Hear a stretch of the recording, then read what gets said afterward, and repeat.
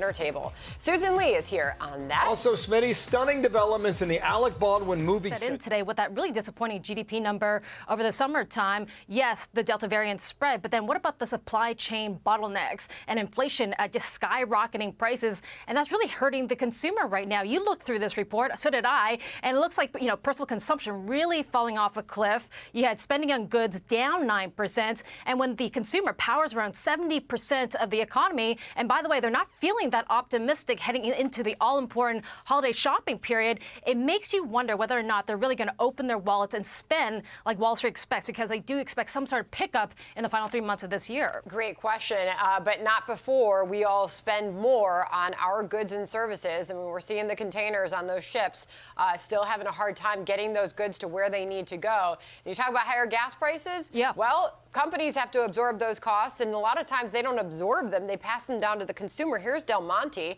one of the big produce companies out there. A lot of us put this food on our dinner tables. They have to raise prices, they say. Despite our efforts to mitigate these increasing costs within our supply chain, they are simply too great to absorb. The unparalleled costs have been persistent and show no signs of regulating.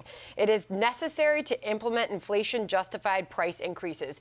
We had an Obama economist, Mohamed El-Erian, on this program yesterday who said inflation is not going away. And in fact, it could get a lot worse before it gets better. So are other companies like Del Monte having to raise prices? Absolutely. You heard that from Nestle, Procter & Gamble, which makes a lot of shampoos and soaps, and Danone. These are just some of the companies over and because I've been on the calls with these CEOs, and they've said that they don't think that this inflation is just transitory, meaning it's going to stick around for at least the rest of this year and well into next year as well. So you had some pricing. You can bet that the companies are experiencing these supply shocks and these inflation shocks, and they're definitely going to pass that on to the consumer. We don't often show charts like this on our screen, but this one's worth showing. It's easy to understand what's going on here when you look at the line, and it shows third quarter 2020 growth and how it was way up there when this recovery began, and how far it has come down to the announcement today, just 2% growth in the last quarter.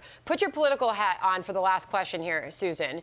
And voters obviously care big time about pocketbook issues. Of course. And if one of the biggest conversations we're all hearing back home is how much more we're paying when we go to the grocery store, what impact do we believe that this is going to have as voters will have to make a big decision? Yeah, so speaking to some of the biggest CEOs in America so far in this earnings season, and over again, they say that they are concerned about how the consumer is feeling, and will that result in maybe something at the ballots and the voting stations? They say that they are not happy right now. The consumer and Americans are not happy about those price increases, and you feel it when you're filling up your gas tank at twice the price you were last year, and that means you're also paying more at the supermarket. I think people are going to vote with their pocketbooks this time around.